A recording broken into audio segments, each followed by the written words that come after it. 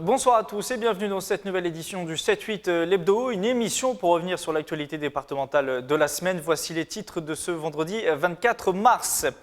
Une rencontre entre jeunes et entreprises. La firme Valeo, basée à La Verrière, a ouvert ses portes à des étudiants de l'Estaca dans le cadre de la semaine de l'industrie et la journée nationale des jeunes. Une rencontre et une visite que nous avons suivies. François-Xavier Pourchet, l'invité de cette émission, directeur départemental de la Fondation des Amis de l'Atelier. Nous évoquerons avec lui le rôle de son association et du regard que portent les Français sur le handicap mental et psychique. Dans le reste de l'actualité, retour sur la deuxième édition de la soirée des entrepreneurs à 50 ans en Yvelines et la présentation haut de gamme à Versailles, d'un nouveau parfum signé Jean-Paul Guerlain.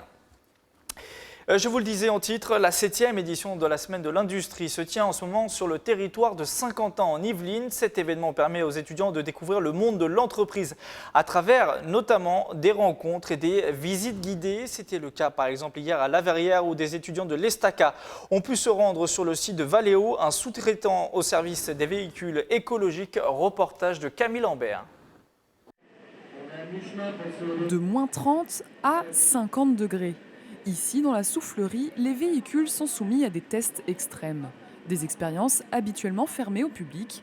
Mais pour la Journée nationale des jeunes, le site Valeo de La Verrière se dévoile aux étudiants de l'Estaca.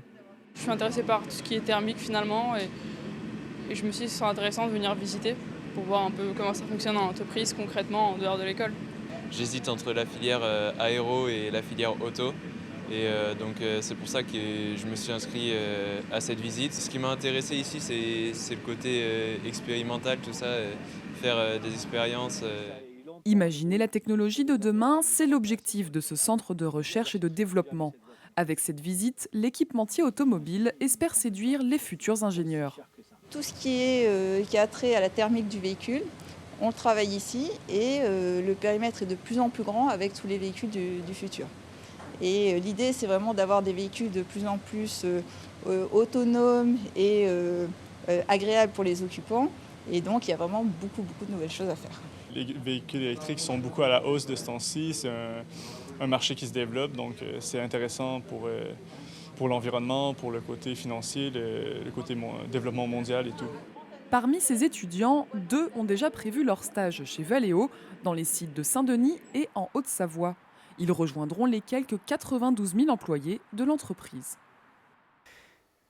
Et l'insertion dans le monde de l'entreprise, c'est un sujet qui intéresse fortement notre invité pour cette émission. François-Xavier Pourchet, bonsoir. Bonsoir. Vous êtes le directeur départemental de la Fondation des Amis de l'Atelier, une association qui gère actuellement près de 70 établissements, 66 précisément en France, et notamment 4 dans les Yvelines, dans l'accueil et l'accompagnement des personnes atteintes de troubles psychiques et mentaux. Et il y a quelques jours, ça c'est votre actualité la plus chaude, il y a quelques jours, vous avez publié un sondage réalisé par Ipsos autour de l'inclusion et l'insertion des personnes en situation de handicap mental et psychique. On va revenir dessus dans quelques minutes, mais d'abord sur cette association qu'on ne connaît pas forcément. Expliquez-nous concrètement quel est votre rôle, votre mission à vous. Qu'est-ce que vous faites concrètement? Alors, la Fondation des Amis d'Atelier existe depuis plus de 55 ans. Elle vient en aide aux personnes en situation de handicap mental, psychique, beaucoup, et puis d'autres types de difficultés, telles l'autisme. Quand vous dites venir en aide, c'est-à-dire que vous êtes gestionnaire, c'est ça, d'établissement, Voilà. vous occupez de l'accueil de ces personnes? Tout à fait. Les personnes en situation de handicap ont des besoins qui sont particuliers et répondre à leurs besoins, c'est la mission de la Fondation des Amis d'Atelier. Des besoins en termes de santé, des besoins en termes d'autonomie, des besoins en termes de participation sociale. Vous faites ça dans des établissements, vous faites ça également dans les Yvelines, notamment chez des personnes, à domicile directement? Oui, tout à fait, parce que les besoins peuvent concerner le logement, l'hébergement, toute une logistique de vie qui peut être rendue difficile par la situation de handicap, mais aussi l'accès au travail, l'accès aux loisirs, l'accès à la santé. Alors, vous le disiez, la Fondation des Amis de l'Atelier, c'est plus de 50 ans d'histoire, d'intervention. C'est une association aujourd'hui devenue incontournable clairement sur la problématique liée aux personnes handicapées. Vous travaillez du coup, j'imagine, avec l'ensemble des intervenants et notamment les maisons départementales des personnes handicapées. Quel est votre lien avec eux? Est-ce que vous travaillez de corps avec eux? Oui, tout à fait. C'est un partenariat extrêmement important puisque la personne qui se trouve en situation de handicap va devoir faire reconnaître cette situation auprès des pouvoirs publics et en l'occurrence des maisons départementales des personnes handicapées, qui prendra la décision alors d'orienter ces personnes vers différents types de services ou d'établissements. Depuis 2011, preuve de votre importance, vous êtes reconnu d'utilité publique par l'État. Qu'est-ce que ça change, ce statut? Qu'est-ce que ça signifie concrètement? Alors concrètement, d'abord c'est une grande responsabilité d'être d'utilité publique. C'est le signe que nous rendons un service public et grâce à cela, nous pouvons bénéficier de dons de façon plus fluide que précédemment. Ça veut dire que quelque part, est-ce que vous remplacez l'État sur ces missions liées aux personnes en situation de handicap ou alors pas du tout, vous êtes complémentaires? Alors, nous ne remplaçons pas l'État, mais l'argent qui nous est confié est celui des contribuables ou des cotisants pour ce qui concerne l'assurance maladie. Donc nous avons une responsabilité effectivement à l'égard de l'ensemble des citoyens.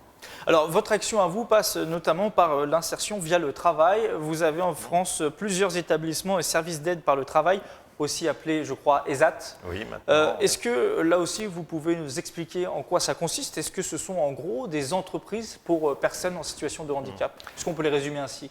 On peut les résumer ainsi en se disant que l'objectif de l'ESAT, c'est l'insertion professionnelle et que dans le parcours de la personne dans un établissement, c'est un parcours de professionnalisation. Et au-delà, comme chacun sur son lieu de travail, c'est aussi l'occasion de rencontrer du monde, de socialisation, etc. C'est comme une formation finalement pour après insérer, j'ai envie de dire, le monde du travail classique, si je puis dire. Classique. Oui, on le souhaite. C'est pour cela que nos ESAT bénéficient, en l'occurrence, du droit à percevoir la taxe d'apprentissage de la part des entreprises, puisque nous sommes reconnus comme effectivement lieu de formation des personnes en situation de handicap. Aujourd'hui, avoir une activité professionnelle quand on est handicapé, est-ce que c'est la priorité numéro 1? Est-ce que c'est ça finalement qui fait qu'on va être inséré dans la société?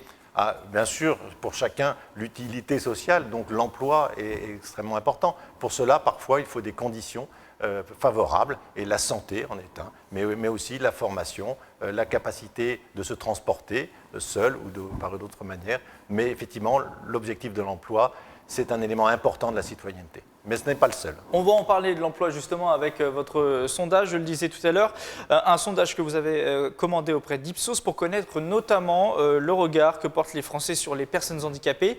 Et dans cette enquête, vous avez tenu d'ailleurs à bien différencier handicap mental et handicap psychique. Alors très rapidement, même si je sais que c'est un long débat, quelles sont les différences entre une personne en situation de handicap mental et une personne en situation de handicap psychique? Oui.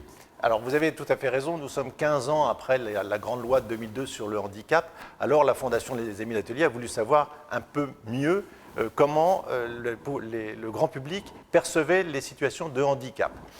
Et il y a déjà un premier hiatus, parfois, de compréhension difficile, et c'est ce que nous dit encore cette étude, qu'on ne comprend pas bien la différence entre handicap mental, handicap psychique. À titre personnel, je l'ai découvert moi en lisant votre étude. Bon, alors merci, parce que donc, cela prouve que nous avions raison d'agir en cela. Le handicap mental, c'est la personne qui souffre d'une déficience cognitive, d'une déficience de l'intelligence, on va dire. Et alors que le handicap psychique, c'est une personne qui souffre d'une maladie psychique. Voilà, c'est très simple, mais les mots, parfois, créent une confusion. Justement, en faisant cette enquête, vous avez peut-être découvert que les gens n'étaient pas très bien au fait de ça. C'est plutôt étonnant, puisque dans votre enquête, on apprend que 1 300 000 Français sont plus ou moins concernés directement par ces troubles-là. Oui. Donc c'est beaucoup de personnes, c'est oui. des chiffres quand même impressionnants. Effectivement, nous découvrons que dans cette enquête, qu'un Français sur 4 se considère proche d'une personne en situation de handicap, dans son entourage professionnel ou familial, ce qui est vraiment extrêmement important. Nous découvrons aussi que parmi toute la population, et les Français considèrent à plus de 90% que la personne en situation de handicap doit pouvoir être considérée comme un citoyen à part entière. Et ça, c'est une excellente nouvelle. Doit pouvoir, mais pourtant ce n'est pas forcément le cas. Avant de rentrer précisément sur les chiffres, est-ce qu'aujourd'hui c'est encore un sujet tabou, la place des personnes handicapées en France? Oui. Alors, je ne sais pas si c'est tabou, mais c'est mal compris. Dans l'étude, on découvre qu'il y a bien une césure entre l'inclusion des personnes en situation de handicap dans des domaines comme les loisirs, les transports, les vacances. Voilà, tout cela, ce serait un droit effectivement complet pour les personnes en situation de handicap. En revanche, sur des thèmes comme le droit de vote, le logement seul, la parentalité, alors là, les questions commencent à devenir plus difficiles et on se projette beaucoup moins, ou en tout cas chaque Français se projette beaucoup moins. Pourquoi, selon vous, on est beaucoup moins ouvert sur ces questions-là, sur la parentalité, le logement, le droit de vote? Vous en parliez, 44% des personnes que vous avez sondées pensent que les personnes en situation de handicap mental ne devraient pas voter. Oui. Près d'un Français sur deux pense qu'elles ne doivent pas voter, alors que c'est désormais inscrit dans la loi. Oui. Nous pensons qu'effectivement, il y a un refus de laisser la personne handicapée décider. Décider d'être parent, être seul dans son logement, voter, c'est une décision. Donc, on dénie le droit à la personne handicapée, quelle qu'elle soit. D'ailleurs, on voit dans l'enquête que ce soit un trouble de l'intelligence ou un trouble psychique, comme si ces personnes ne pouvaient pas s'autodéterminer ou déterminer un choix de vie. Ça, c'est une question de culture, selon vous, d'éducation. Le problème, c'est dès le départ à l'école? Oui, ça vient de loin, donc il y a tout un travail à faire. Je pense que si nous avions interrogé que des jeunes, peut-être que nous aurions eu des taux de réponse un peu plus favorables. Je pense que c'est un processus qui est en marche et à la Fondation des Amis d'Atelier, nous le ressentons, mais on voit qu'il y a encore du chemin à faire. Donc vous êtes plutôt optimiste, j'ai envie de dire? Ah, bien entendu, bien entendu. D'abord, l'optimisme, il nous vient de toutes les personnes en situation de handicap qui, tous les jours, nous montrent des choses extraordinaires et leur volonté, aujourd'hui, que rien ne se fasse sans eux, que rien ne soit décidé les concernant sans eux. Pour revenir sur le travail et ce sondage, une majorité des sondés déclarent aussi qu'ils pourraient travailler avec une personne en situation de handicap mental ou psychique. J'ai envie de dire que c'est plutôt rassurant. Est-ce que là aussi, une nouvelle fois, on va insister là-dessus, mais la solution passe par le travail, le fait de côtoyer tous les jours des personnes handicapées au travail? Est-ce que c'est un travail de long terme et ça passe par là, la solution? Oui, encore faudra-t-il que chacun puisse reconnaître les compétences de son voisin et que la personne en situation de handicap ne soit pas reconnue au travail pour sa situation de handicap, mais pour sa performance, pour sa compétence. Et là, il y a une grande responsabilité de l'entreprise, mais de chaque professionnel et de chaque salarié et de chaque citoyen. Oui, c'est un acte citoyen aussi. Oui. Il ne faut pas tout attendre de la loi ou des obligations de l'entreprise ou des lois. C'est aussi chacun qui peut faire un effort de son côté. Certainement. Alors, sans doute que, peut-être vos téléspectateurs ont noté qu'on dit en situation de handicap. Ce qui est différent de personnes handicapées. Vous en parliez tout à l'heure. Oui. Vous teniez à faire la différence et à nous expliquer pourquoi. Expliquez-nous du coup, quelle est la différence entre les deux termes? Alors, il n'y a pas de différence, c'est une évolution. Il y a quelques années, on aurait dit les handicapés. Et aujourd'hui, pour tout le monde, ça choque. Ce n'est pas agréable à l'oreille. Ensuite, il y a la personne handicapée, puisque effectivement, c'est une personne. En situation de handicap, ça veut dire que les personnes, certains d'entre nous, souffrent d'une maladie ou bien ont une capacité fonctionnelle qui est altérée. Et en fait, c'est ça leur vie. C'est l'un d'entre nous, ça peut être nous. Et lorsqu'on confronte cette situation, cette maladie, à un environnement, qui soit celui du travail, du transport, etc., eh bien, il rencontre des difficultés. C'est bien cet environnement qui va créer la situation de handicap. Et donc, si l'on veut agir, on peut soigner la personne de sa maladie, on peut l'aider dans ses dysfonctionnements, mais il est primordial pour la société et chacun de nous d'être un environnement, de devenir un environnement favorable.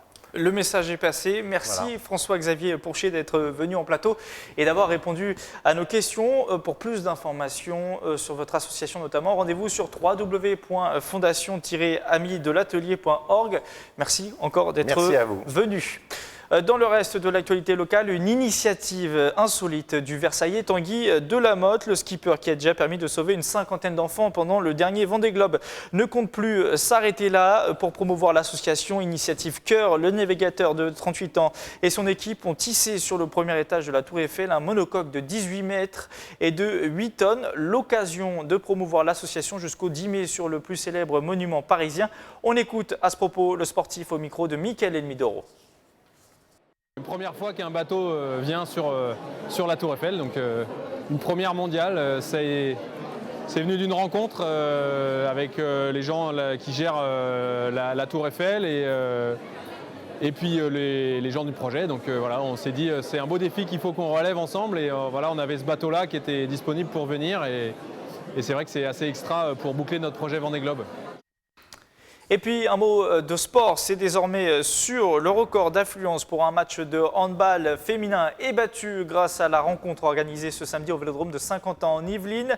Plus de 5000 billets ont été vendus pour la confrontation entre ici Paris et Brest. Plus de détails sur cet événement lundi soir dans le 7-8 journal.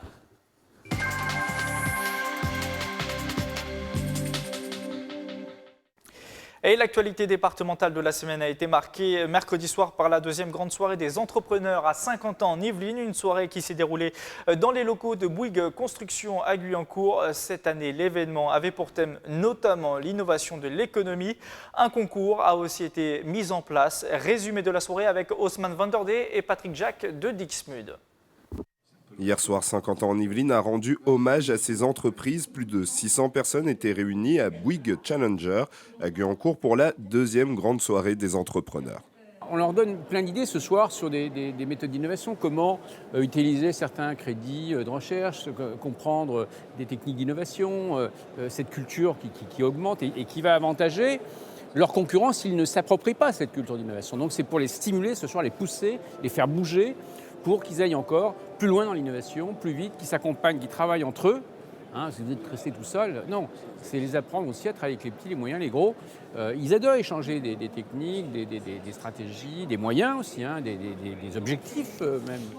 Et pour l'occasion, un concours était organisé avec 3 catégories, grands groupes, talents et PME. Et c'est Etinov qui a remporté le prix dans cette catégorie. L'entreprise a présenté l'EtiWatch, une montre qui garantit la sécurité des personnes atteintes d'Alzheimer. L'EtiWatch est un projet très intéressant actuel, notamment pour sécuriser les malades d'Alzheimer. Donc c'est un projet innovant avec ce qu'on appelle de l'Internet par l'objet, de l'objet connecté. C'est la première fois qu'on communique au niveau du projet. Il y aura des prochaines fois, certainement. Et d'autres victoires, j'espère. On espère. Donc oui, c'est un projet qui est intéressant et qui touche tout le monde. Paris réussi pour Saint-Quentin en Yvelines qui ambitionne toujours de devenir la Silicon Valley française. Mardi, à l'appel de la CGT, une trentaine de facteurs se sont rassemblés devant le QG de Benoît-Hamon à Trappes. Ils manifestaient contre la réorganisation de leur temps de travail qui menacerait, selon eux, certains emplois. Un changement de planning porté par la direction de la Poste et accepté par tous les autres syndicats. On écoute à ce propos l'un des membres de la CGT. Ils veulent en fait installer la pause méridienne, qui est aujourd'hui le facteur en général. Ils travaillent par exemple environ 7h, 13h30. Et là, en fait, ils veulent instituer une pause le midi. Donc, c'est finir plus tard. Et en plus, ce que ça permet, cette pause méridienne, c'est à la Poste de gagner les 20 minutes de pause qu'on a aujourd'hui rémunérées, comprises dans le temps de travail. Nous, on ne considère pas qu'il y a un besoin de réorganisation parce que la Poste, elle fait des bénéfices toujours plus énormes, en fait. Le bénéfice 2016, il a augmenté de 33% par rapport à 2015. L'actualité de la semaine marquée aussi par un déplacement ministériel. Stéphane Le Foll, ministre de l'Agriculture, était au Mureau mardi. Il a visité la première légumerie bio d'Île-de-France qui doit alimenter à terme 700 restaurants scolaires de la région et profiter à 200 000 élèves. Les précisions sur des images d'Yveline Première. 1500 mètres carrés de locaux neufs, ici, dans la première et unique légumerie bio d'Île-de-France gérée par la société Acadé Bio. Les carottes sont coupées, nettoyées, épluchées, puis mises en sachet. Direction ensuite les cantines scolaires. La destination finale est la consommation dans toute l'Île-de-France. C'est un circuit court complet où on gère des filières et des approvisionnements contractuels avec des producteurs. Nous transformons les légumes pour les rendre en prêts à l'emploi, pour la restauration collective principalement. Encore en phase de lancement, la légumerie inaugurée il y a un mois profitera bientôt à près de 200 000 élèves, une initiative francilienne pour favoriser l'approvisionnement local et les circuits courts. Ça nécessite quand même un tout petit peu de volonté politique, elle est là. Une mobilisation des collectivités locales, elle est là. On avait publié des guides, on a mis en place des plans alimentaires territoriaux. Tout ça, ça se structure, ça se met en place. Et c'est un beau message aussi qui consiste à dire eh bien, l'approvisionnement local, le manger local, ça existe, c'est en train de se faire. 1500 tonnes de légumes seront collectées et transformées chaque année. En tout, une cinquantaine de producteurs vont bénéficier de ce nouvel outil, une aubaine pour faire face aux problématiques structurelles qui touchent le secteur agricole. C'est l'avenir de mon exploitation, j'en suis persuadé. Aujourd'hui, voilà, on est à 50 km de Paris. C'est clair que c'est un avantage indéniable par rapport à d'autres régions de France qui n'ont pas un bassin de consommation aussi important à proximité. Et c'est une véritable chance de pérenniser mon activité agricole. Pour assurer le fonctionnement de la légumerie, une vingtaine de personnes seront employées à terme, dont la moitié en situation de handicap. En politique, Philippe Chevrier, l'ancien secrétaire départemental du Front National, a lancé cette semaine un nouveau mouvement politique, le Front Libéré. Exclu en mai dernier du Front National pour avoir assisté à un rassemblement de Jean-Marie Le Pen, il souhaite présenter des candidats lors des prochaines élections législatives avec son nouveau parti. Nous l'avons reçu en plateau ce jeudi soir. Philippe Chevrier nous expliquait notamment la raison de ce lancement extrait. Ça ne vous a pas échappé que ce parti s'appelle le Front Libéré. Donc il est libéré de quelque chose, il est libéré d'un certain autoritarisme et d'un certain fonctionnement de partis politiques, qui ne touche pas que le Front National, oui, je veux dire. J'allais vous demander, parce que le choix du nom n'est pas anodin, c'est une critique envers le mode de fonctionnement du Front National. Du Front National et des autres partis. Parce que quelqu'un, d'ailleurs, de très bien placé en politique, a parlé récemment de démocratie intermittente. C'est exactement ce qu'on vit dans les partis politiques et ce qu'on vit en France. C'est vrai que quand on élit un président de la République, c'est pour 5 ans, et pendant les 5 ans, il fait quasiment ce qu'il veut. Il faut bien le reconnaître. Et dans les partis politiques, c'est un peu la même chose. C'est-à-dire que vous avez des congrès, vous élisez des présidents de partis, et puis entre les deux congrès, le président du parti fait un peu ce qu'il veut. C'est ce que j'appelle la démocratie intermittente. Donc c'est ce qu'il faut changer, à mon avis. Le monde du luxe avait rendez-vous cette semaine à Versailles. Une soirée de lancement pour la nouvelle marque de parfum My Exclusive Collection était organisée mardi soir dans les salons de l'Hôtel de France à proximité du château. Pour créer ces nouveaux parfums, la start-up s'est associée à Jean-Paul Guerlain, l'un des plus célèbres parfumeurs français. Retour sur cette soirée de gala, avec Michele Midoro et Camille Lambert. Le parfum est la forme la plus intense du souvenir. Son nom a marqué l'histoire de la parfumerie française. Jean-Paul Guerlain, célèbre héritier de la maison homonyme, est de retour aux affaires. Pour son comeback, l'Yvelinois est venu présenter en personne ce mardi 21 mars à Versailles sa collaboration avec My Exclusive Collection, une nouvelle marque parisienne créée en 2015 avec laquelle il travaille depuis 1 an et demi. Écoutez, c'est une chance incroyable, une rencontre qui s'est faite, une histoire d'amitié. Moi-même, je n'étais pas issu du tout de la parfumerie, donc je découvre auprès de lui. C'est une véritable aventure, un défi personnel et une vraie rencontre humaine en tout cas. L'événement a attiré plus de 400 convives triés sur le volet, dont le prince Salman, fils du roi d'Arabie Saoudite, et la nouvelle star mondiale du piano Simon Graeschi. Tous ont pu découvrir 5 fragrances imaginées par l'homme capable de reconnaître 3000 nuances olfactives. Mais la touche Guerlain est-elle toujours présente ? Je trouve que c'est une collection très complète, c'est vraiment un grand panel de matières premières différentes. Je trouve qu'il y a beaucoup de naturels qui sont mis en valeur. Je ne peux pas l'expliquer, mais quand vous sentez, vous avez les 3 notes qui arrivent. La première, la deuxième, la troisième, et hop, elle vous enveloppe.